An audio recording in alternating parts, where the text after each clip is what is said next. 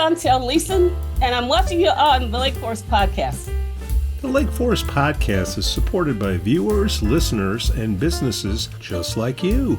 Looking for the best pool supplies? Look no further than Dohany's Pool Supplies. With a history dating back to 1967, this family-owned business offers everything families need to keep their pools clean and sparkling, from chemicals to equipment. Plus, customers enjoy free shipping on all orders. Visit Dohany's Pool Supplies today at dohany.com, DOHENY.com, to learn more.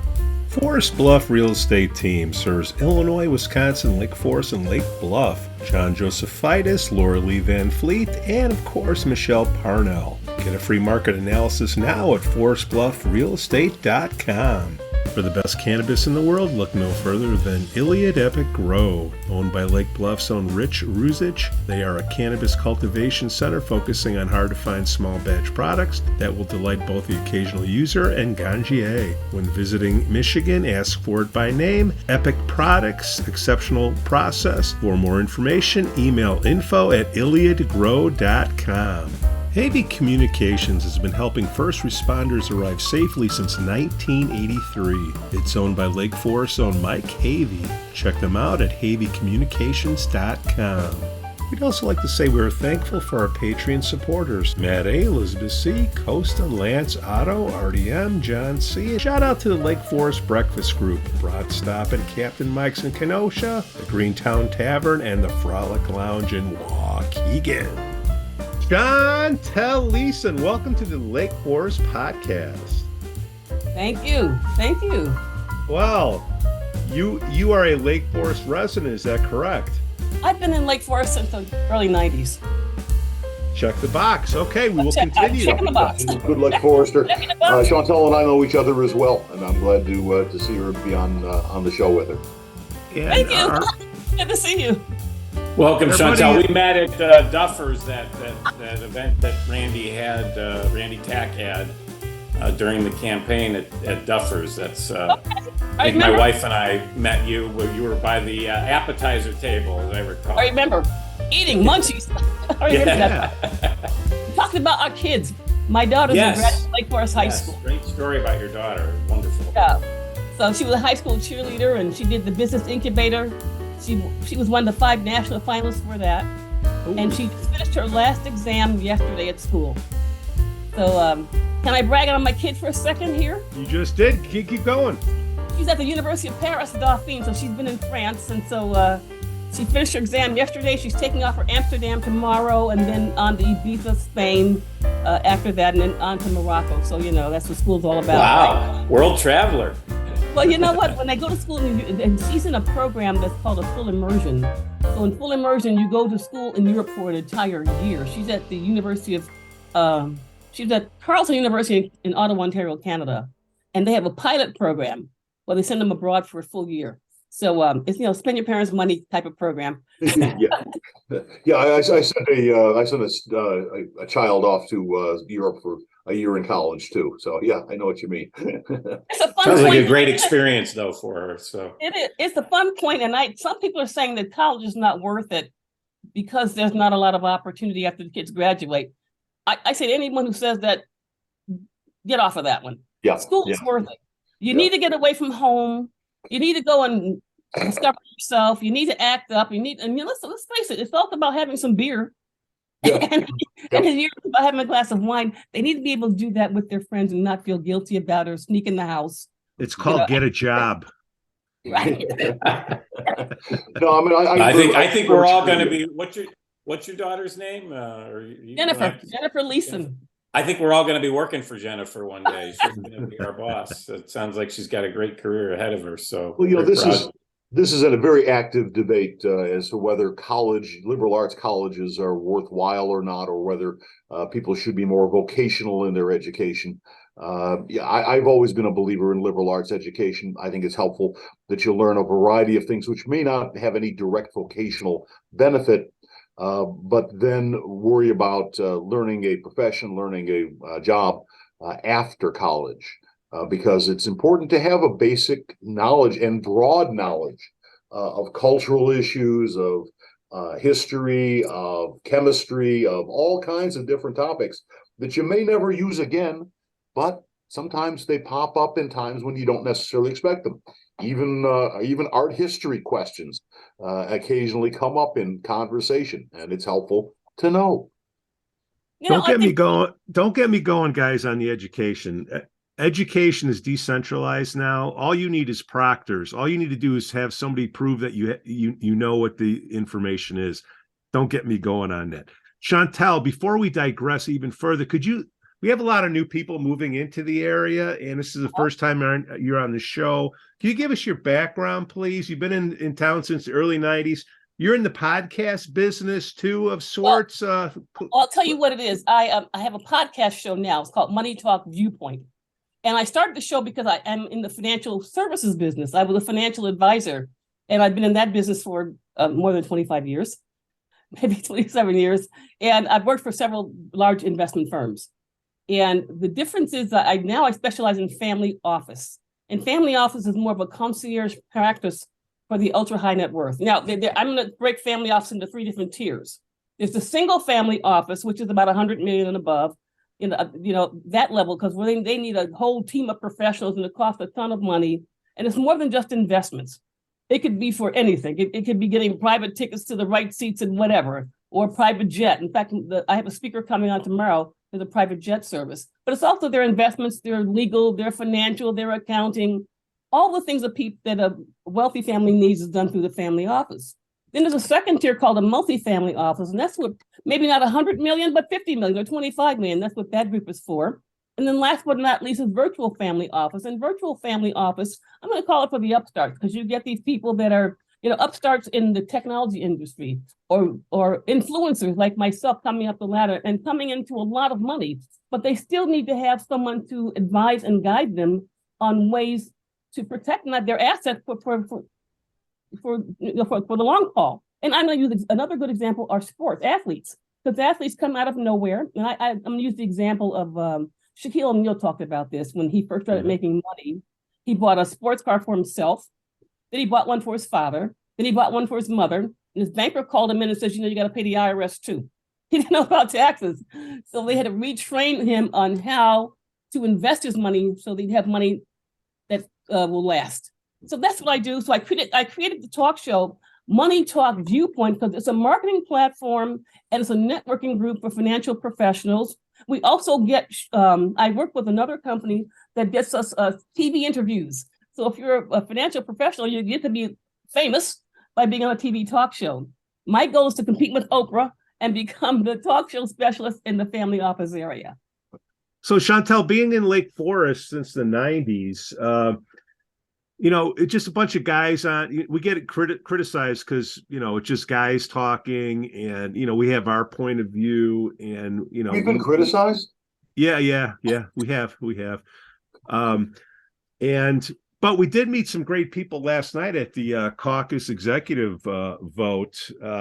Again, that's where we saw Shauntel, and you're very active, Shauntel. And I also went to the debate.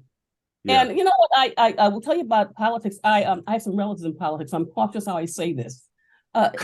Based on you're on the wrong podcast, lady. I thought about even joining the caucus. So I think that I would add a little bit of a different dimension to the caucus. What do you think? I'm in favor of it. You got my vote. All the boxes. The caucus, but if you're a Lake Forest voter, you're a member of the caucus. Shauntel, whatever you're running for, I'm voting for. Get on the 43 person board. I think you should try that. Yes. I don't keep up with everything. Sorry to tell you that, but it would get me involved, and I would like to introduce more things and what's going on in local government to people in the community. I know a lot of people don't pay attention to everything. We got to play tennis first. You got to go jogging and shopping. And pickleball. Pickleball's the new thing. Pickleball. Oh, God. Pickleball. I still haven't seen pickleball played. I'm looking forward to it. Making sure you got enough pickleball courts out here to play. Well, Shauntel, you're speaking to thousands of people right now. What's the one thing the people should know that you like to get out there? I think that okay. Back to school. I think school's very important. What we can do for the schools is very, very important. I think that schools should have more programs that involve children in the real world. And I like the fact that my daughter did the business incubator, so she learned about marketing, and they did a videotape of her, but she also learned that there's a lot of work involved in what you do. And school is a good training ground to get the fundamentals, but I think we need to add more into our education system to get them to understand the real world. And everybody's not going to like you, and everybody's not going to agree with you, and your ideas are not going to always sell. That kids need to know that. And they need to know that some of the stuff that goes on in the workplace is not always very nice. And so there's no hiding place. And when you jump off of that platform that you're protected in school, there's another world out there, and it goes on forever. It's for the next 30, 40 years of your work life. So find something you like to do. You're going to probably change careers several times in your life. So you need to learn several different things that are going to be benefiting you over time. But I think school is a very important issue, and we need to add more to it to make it more realistic of what children are learning. They need to learn about income tax returns. They need to learn that you have personal finance, Shauntel. Speak it, sister. Yes. Why don't they make that mandatory? I think that they make it mandatory. They need to learn. They need to understand them. You know, a lot of people don't trust their financial advisors. I'm a trustworthy one. But they need to understand their finances. They need to know that money does run out, and there's not a mom and dad's going to pay all your bills for you. You'll be paying your own car note. You're paying your own rent. You're going to have relationships, and your spouse is going to run through all your money. You need to know all of this in advance. You need to know some of this at least as you prepare to enter to the real world. So we need to prepare our children for the real world. We need to do a better job of how we prepare them for it. It's not just about theory. Does the high school have a class in financial literacy? Elective. It's an elective.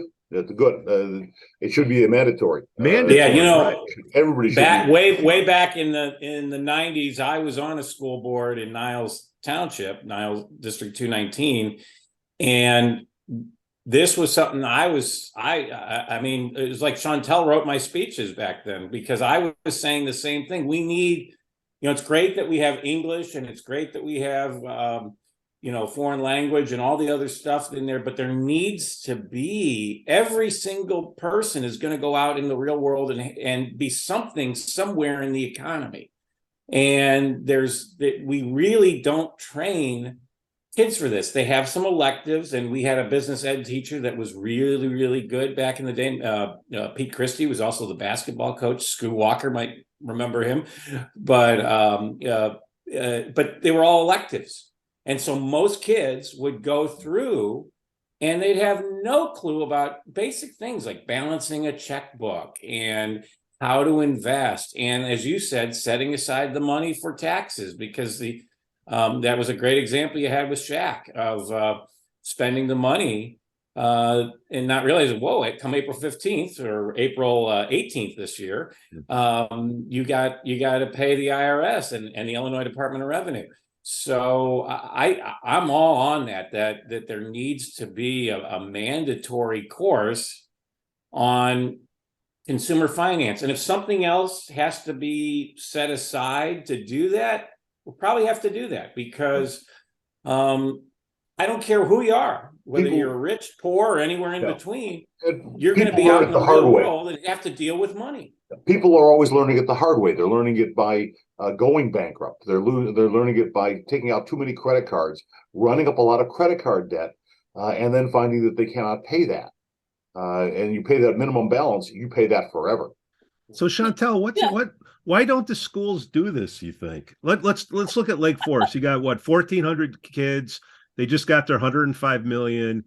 And it's like going to the small restaurant that has a menu that's 20 pages long. Should they focus on the basics? I think that you should have the basics, but they should add in the realities. I think that what happened is we look at our system of education. It was based on an industrialized economy a century ago, and to teach people how to follow orders and prepare to follow rules in the workplace. We haven't moved the system of education up to make people think for themselves on their feet. There's a world out here that these kids, my daughter calls it the Lake Forest bubble. And I correct her. I said, every environment is a bubble. If you live in the hood, that's a bubble.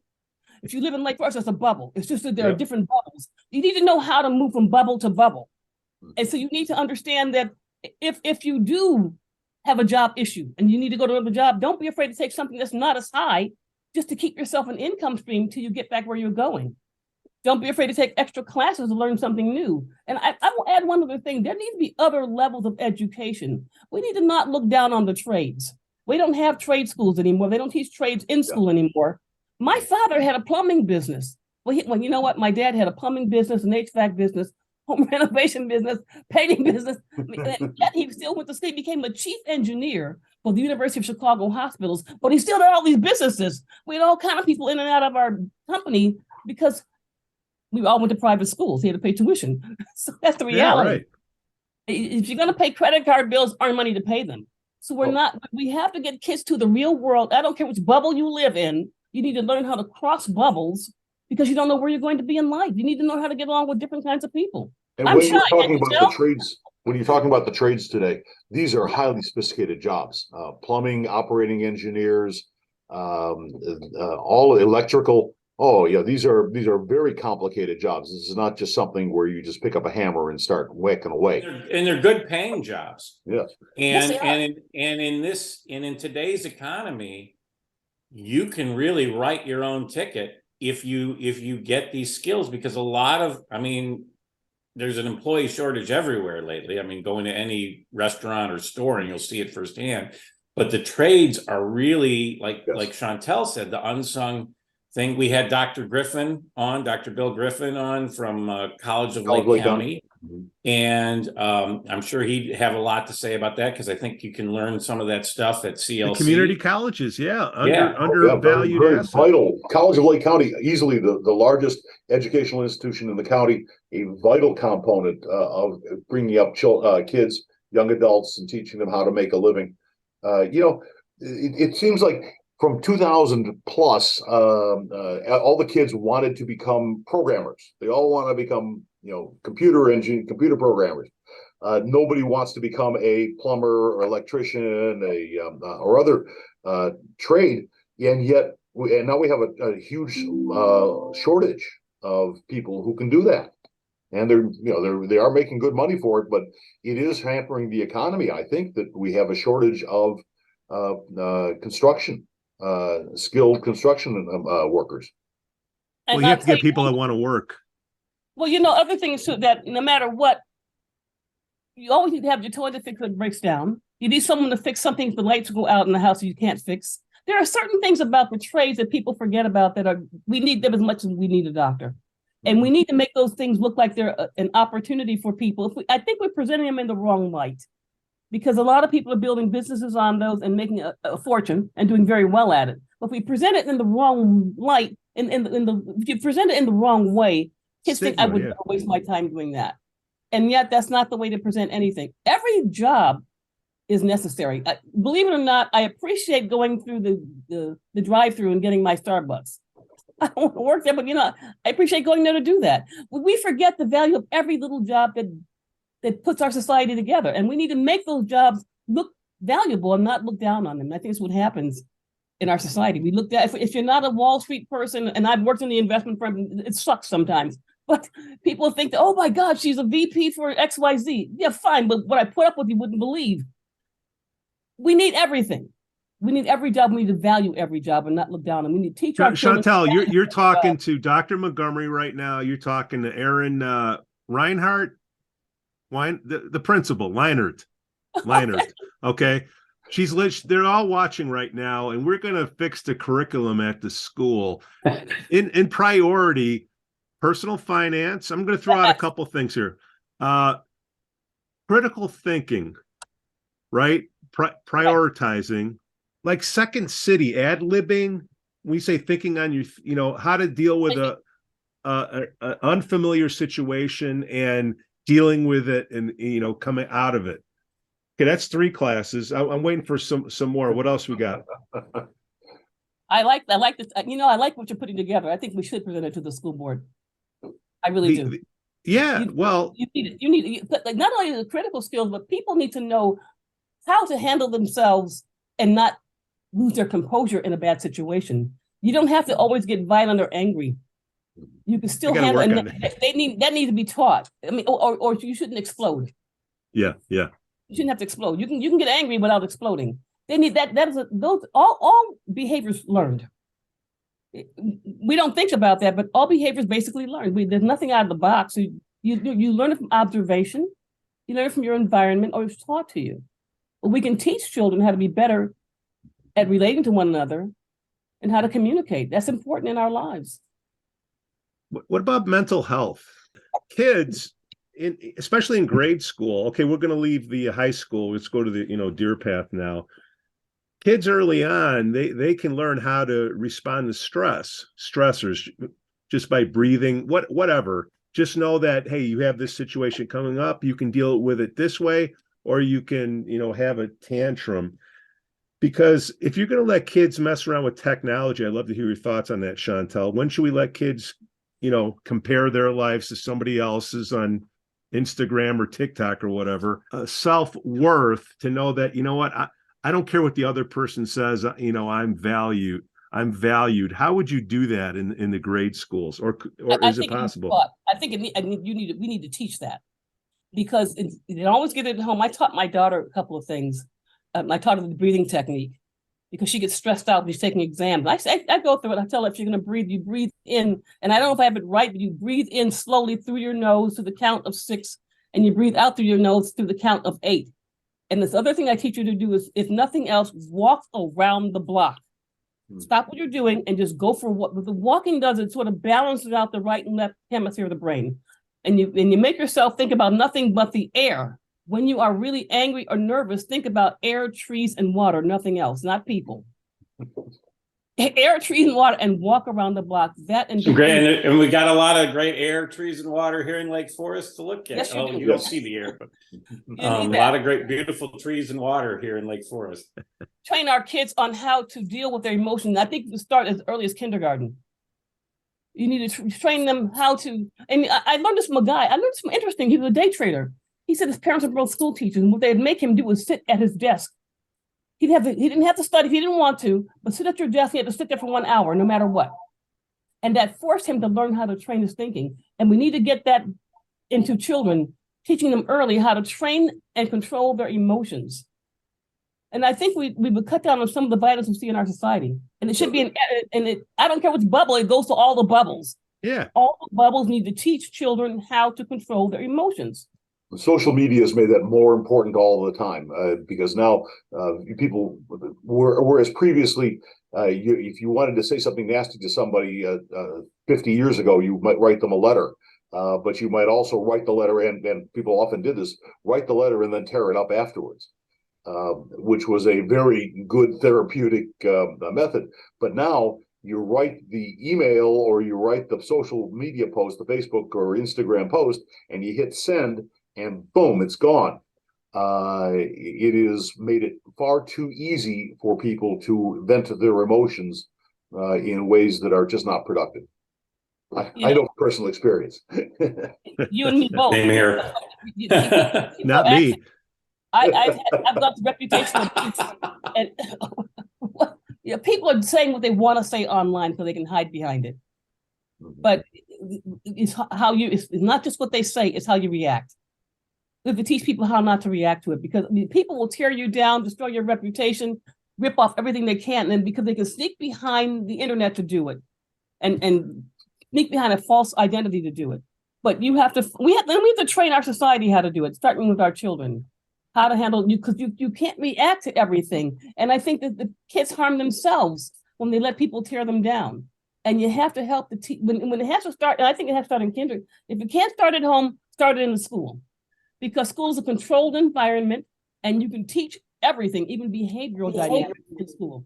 Where do the parents come in on this? Oh, well, they're working. They point at the teachers, say it's their fault, and then the teachers point at somebody's got to take responsibility. It's a whole social order. It's parents and it's children, but the difference is in a school environment, that's a controlled environment.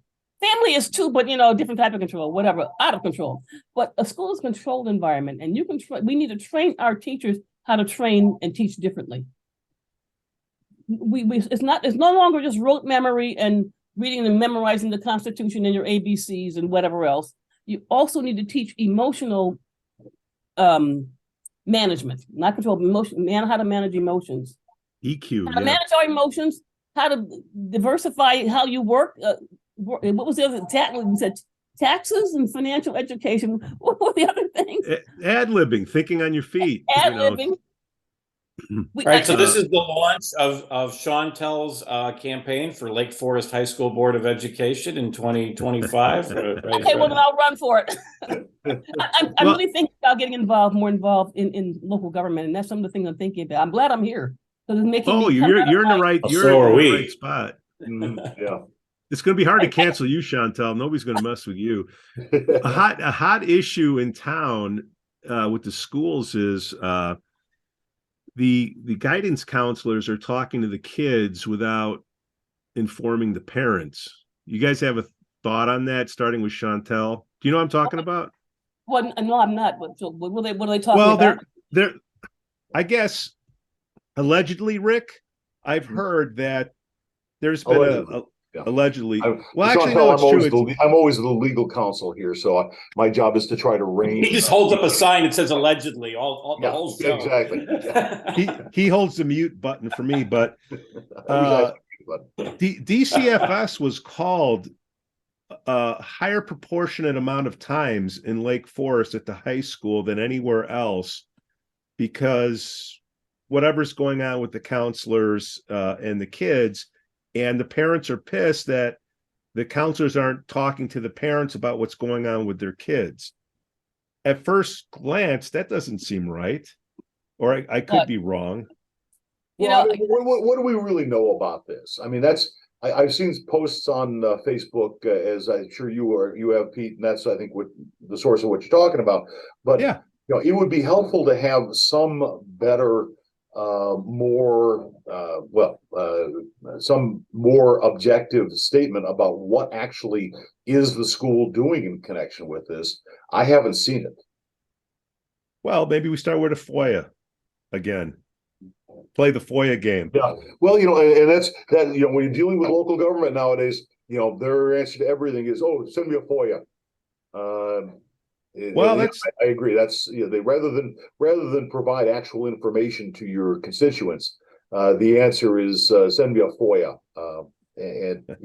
I know I've gotten that from the village of Lake Bluff many times. Yes. Well, should the counselors clue in the parents what's going on with their kid? I vote yes. Common sense. Unless the kid's getting abused, and then I guess that's I was just about to say, former school board member here. There isn't an easy answer to these things. It's not a hard yes or a hard no, because each situation is different. There are times where getting a parent involved can be more detrimental than helpful. Unfortunately, in any community, I don't care about income or any of the other factors, there are unfortunately domestic issues that go on in some homes that are beyond awful. So, it's a tough thing. And, these counselors, I don't know the counselors there and everything, but I think at the end of the day, they want to do what's best for the kids. I hope they do. I would hope so. They're kind of, they have to make, and their plate is full with a lot of stuff. And it's little things like kids being late to class and somebody throwing a paper airplane, up to very, very serious problems. And so they've got to balance that. And so sometimes there's judgment calls on that. So I don't think there's a hard and fast answer. It's too easy to say they should always be involved, or it's too easy to take the other side and say they should never be involved. It's a give and take, and who the arbiter of that is. I don't know the answer to that, if it should be a judge or if it should be some impartial person. I don't know. I think it's the superintendent and principal are the ones who would. Yeah, because there's some tough. Like I said, when I was on the board in Niles back in the 90s, Niles Township, there were some horrible stories of domestic issues that kids had to go through when they went home at night. That you wouldn't wish on anyone. And but at the same time, I'm a parent. I've got 2 teenage kids. If my kid is causing a problem in school, I'd like to know. that what happened. But the counselor has to figure out if I'm the good guy or the bad guy in this. And I think I'm the good guy. I think most people would Joe, say this is Lake Forest, man. This isn't Pulaski and Armitage. It's not 63rd and no, it's Lake Forest. How can you have? But there are people. Oh, I'm sure there are people. Yeah, there are bad people in Lake Forest. There's people. You could have a billionaire, and they still could have some domestic problems that you got to protect the kid from. So this is not a factor of wealth. I think this is a factor of people. Yeah. Okay, you been to Pulaski and Armitage, Rick? 63rd and Cottage Grove. I have. Go down there. I have. Okay. Not recently. All right. But you know what? Most of the people in that neighborhood are good people too. That unfortunately have a few bad apples in their neighborhood that make life very difficult for them. So I don't think you can always judge a book by its cover. I can't be. I think because it's Lake Forest, it's easier to hide because money can hide a lot. But when kids have problems, they have problems. I don't care what income bracket they're from, and I don't think the kids on 63rd and Cottage are no different than the kids over in Lake Forest. They're still people, and if they need help, and there's no one to turn to, they need somewhere to go. Because that's what creates teen suicide. They have no place to go. They need to lay their head on someone's shoulder and feel secure. And unfortunately, I think there's no easy answer on what to do and how to handle it. But we need to be able to protect children from adverse situations. And I don't care if you're a billionaire or a dollar heir. Kids need to feel secure. Shauntel, don't you think it's because of social media that they're comparing their situation to somebody else's? And that's what I'm saying. If you limit that technology when you're young, I mean, that plays a role into these kids are trying to get an identity of what they are, and their identity is whoever these influences are. Don't even get me started on a Bud Light can. You have all these. Wow. You like that? That was the dumbest issue I've ever heard. I could care less. That could be all-time dumbest. Yeah. I mean, and now Donald Trump Jr. is defending Anheuser-Busch because they gave donations to the Republican Party. So anytime, look, when we talked about this when people were threatening boycotts of local businesses here because they had a tax sign in their window. Yeah. I said this then, I'll say it again. Boycotts never work. They never work. They might work for like 2 weeks, but if somebody really likes Bud Light, they're gonna wind up drinking Bud Light again. If they really like Chick-fil-A, they're gonna eat Chick-fil-A again. This stuff never ever has legs more than 2 or 3 weeks. Nike, all this stuff is just and both sides are guilty of it. I mean, the left, the right. It really is just a waste of oxygen when there's some really serious issues that really affect all of us, whether it's taxes and some of the bread and butter issues, that this is just a distraction. And at the end of the day, I think the general election voter could care less about the extremes of either party and some of this virtue signaling that goes. Why is there? All right, you want to get into government? Let me run this by you, Shauntel. Why the hell is there no place to put your shopping cart at Jewel? This is the burning issue. Pete. Well, if they ever fix this problem and put one of those cart corrals there, we're going to make, God forbid, the day you pass away, your tomb will be a shopping cart corral. I want to be buried in a shopping cart. That's where you leave for the ashes. Can we make it the Pete Jansons corral there? Yeah. I'll take my picket sign out and I'll start walking around about the shopping cart. What do you think? There's okay. Someone from the city needs to explain why, because I would think with all the nice cars that a lot of people have here in Lake Forest, right? You get a windy day and the carts start blowing around and hit people's cars. Why can't they set aside at least 1 or 2 parking spaces to be a cart corral like every other Jewel you've ever seen? The Jewel in Libertyville, right down the street on Milwaukee, has a cart corral. I think every Jewel I've ever been to, and I've been to quite a few Jewels over the years, and other grocery stores, it's not just Jewel. I would think this is an issue that I think could get talked over. And, we have some pretty good folks now in elected office, starting with the mayor. But I think this is an issue that people could just have an honest discussion about and say, hey, we probably need a couple cart corrals. It's just common sense, and it won't detract one bit from the beautiful appearance of. When they built the Jewel, they knew that the parking lot was too small for the building. It was a public issue. It was discussed at the time, and I think they made the decision not to have cart corrals because they needed to have as many spaces as they could, because by its nature, the lot was already too small, and they already knew that Jewel customers were already going to be parking on the street and across the street. And there have been actual accidents and people hit crossing Western Avenue in order to bring groceries. And the cart corral was, I think, one of the casualties of that whole issue. And now I think you're going to see it where there's a dispute when Duffer's customers are parking in the Jewel parking lot. I haven't seen a complaint yet, but I can see it's going to happen because Duffer's is obviously a popular spot, brand new. As it should be. It's a great spot. It's a great place. I'm a big supporter. Duly noted. You guys are so correct. Shauntel, you're from the city, right? Yeah. Okay. Far south. Let me clarify. The city, I live on the far south side in Beverly. So, okay. Beverly. All right. Daily. Yeah. That's a safe town. Daily was Bridgeport. Yeah, like I said. So Jules. Yeah, like you said. I called up to Jules. Chicago Party Ant. Watch Chicago Party Ant. I did live downtown Chicago in Marina City when I got married. So yeah, that's a city. All right, fair enough. Wow, you really are Lake Forest, Shauntel. Jules said that we can't have, the city won't let us have the corrals. So then I call up the city. Joyce, it's your buddy Pete again. Joyce Rita does a great job with the FOIA requests. Love you.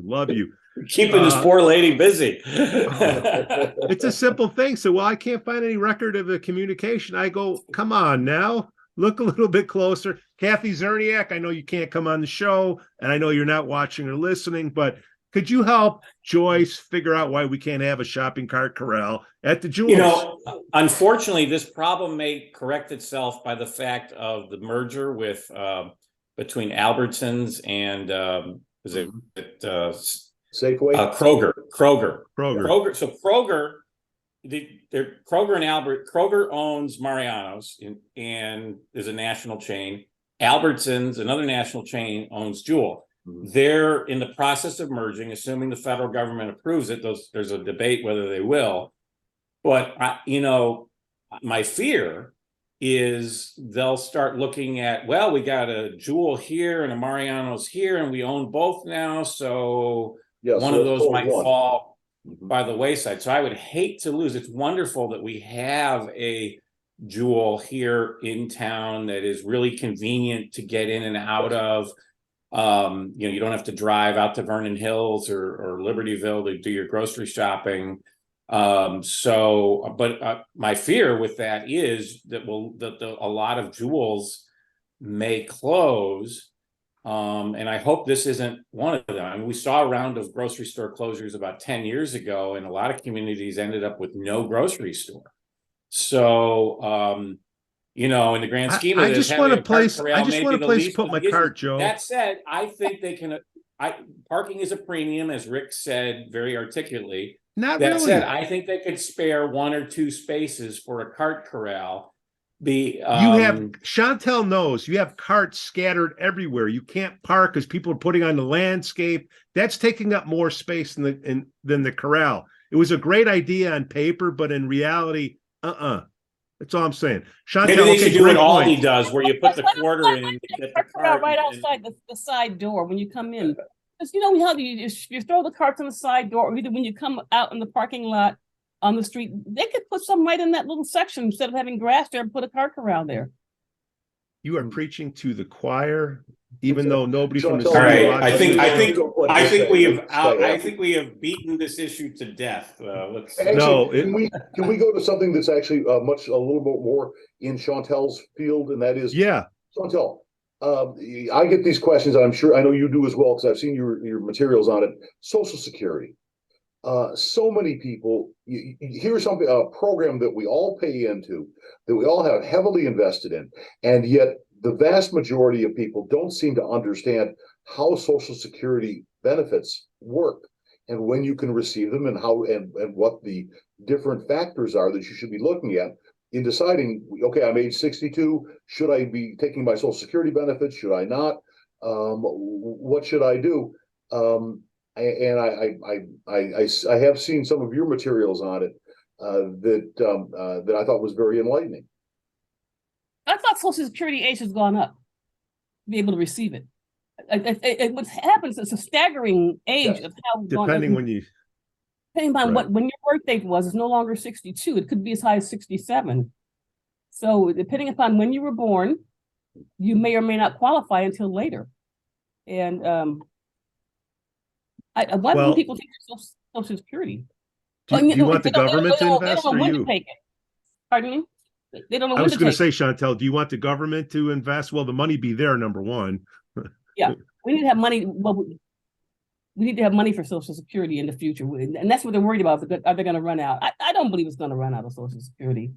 Congress will. I just think politically, Congress would, from both parties, figure out a way, as they've bailed it out a couple times over the years before. I mean, I remember in the 80s, they had a big deal with the Republicans and the Democrats coming together on something to extend Social Security. So I have a feeling that Congress will step in. That said, you're going to say this much more articulate than me. People need to plan their retirement based off of more than just Social Security income. Because if you're going to rely 100% on Social Security income, that's never going to be enough to really support yourself in today's world. Shauntel, you got a college kid.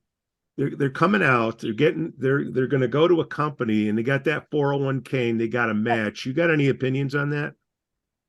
I believe in this. I believe they should have a retirement program that matches, and that's the first start of her preparing for her long-term future. She has to have money because she's going to shop. You know, when you're young, when you're younger, you spend a lot more money on whatever. Nothing that's investable. But as you mature and you start looking at having a family and having a house, I think they're a little more frugal in how they spend their money. But putting in motion, and there are two different opinions on this, on maxing out your 401k. But I believe in maxing out your 401k because the rest you're going to spend. And then, but also having a savings account, or not savings, but an investment account for your other assets, because you have to build wealth. There's no easy way around it. You have no choice. Unless you win the lotto, you have to build wealth. You have to find a way to have other streams of income, and you need to have more than one stream of income. If you depend on your job, and a lot of us do, if something goes wrong, you're very vulnerable. So you had multiple income streams, and 401k is just part of setting aside for retirement. Shouldn't they teach that in schools also, compound interest? You know, listen, I think some of this is taught, but I don't think this applied. They don't teach it in a way that you probably learn compound interest on your math classes. But the problem is they don't put it into a real world context. And you have to convert education to something that people can apply. There's only so much theory you can use in the world. That theory has to be put into something that they can compare to everyday living. The best examples are the examples that people follow. So yeah, compound interest. There was a book about I read where the guy says they're not teaching it in school, and I disagree. They're teaching it, but they're not showing how to apply it in real world.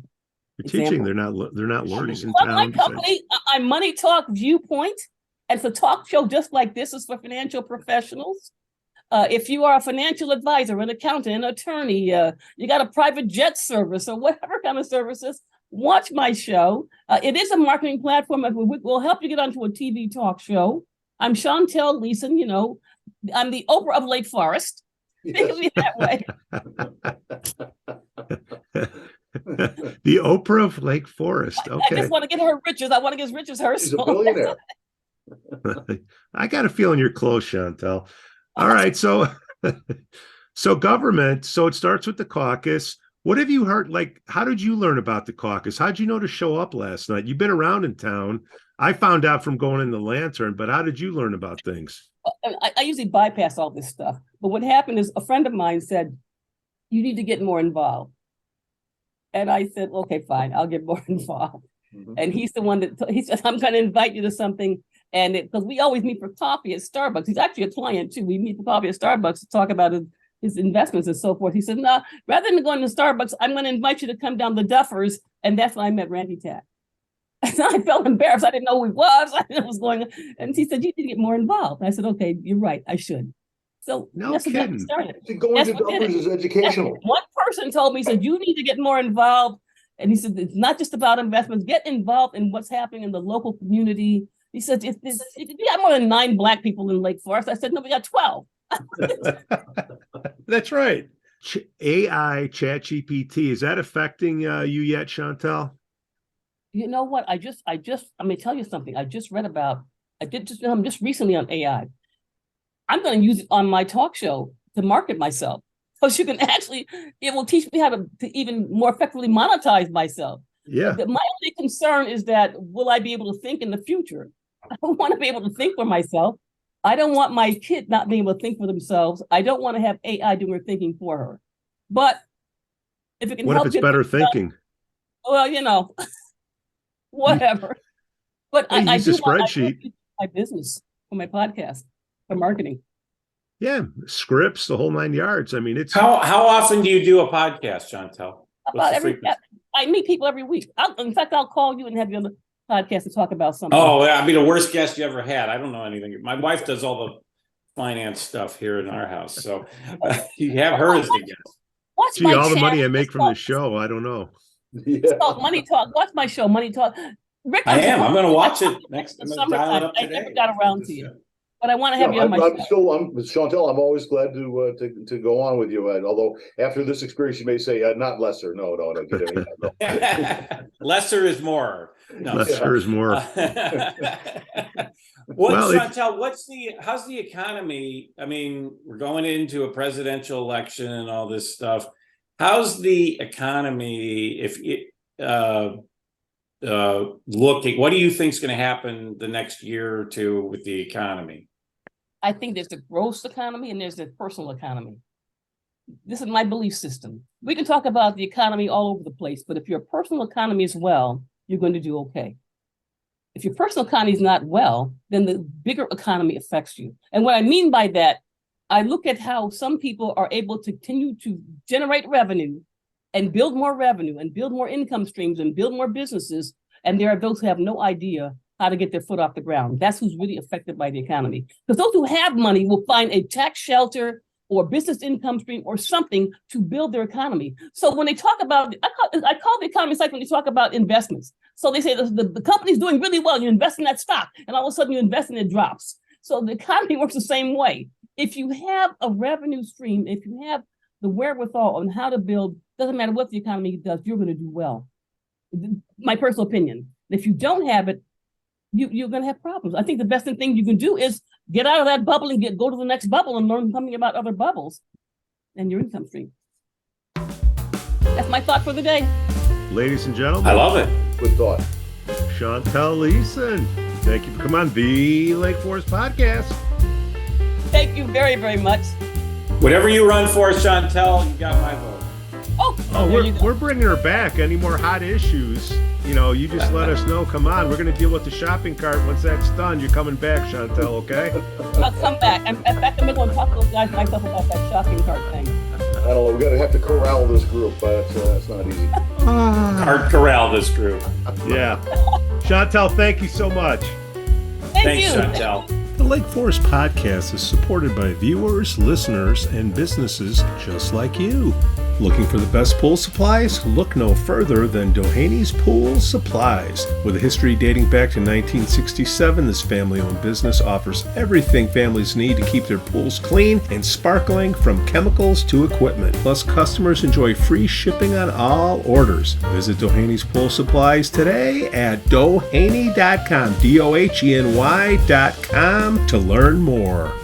Forest Bluff Real Estate Team serves Illinois, Wisconsin, Lake Forest, and Lake Bluff. John Josephitis, Laura Lee Van Fleet, and of course, Michelle Parnell. Get a free market analysis now at forestbluffrealestate.com.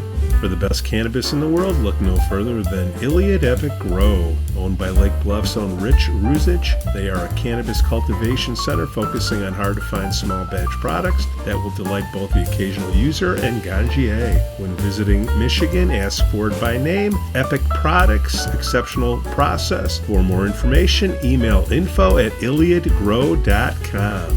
HRV Communications has been helping first responders arrive safely since 1983. It's owned by Lake Forest's own Mike Havey. Check them out at HRVcommunications.com. We'd also like to say we're thankful for our Patreon supporters, Matt A., Elizabeth C., Costa, Lance, Otto, RDM, John C. And shout out to the Lake Forest Breakfast Group, Broad Stop and Captain Mike's in Kenosha, the Greentown Tavern, and the Frolic Lounge in Waukegan.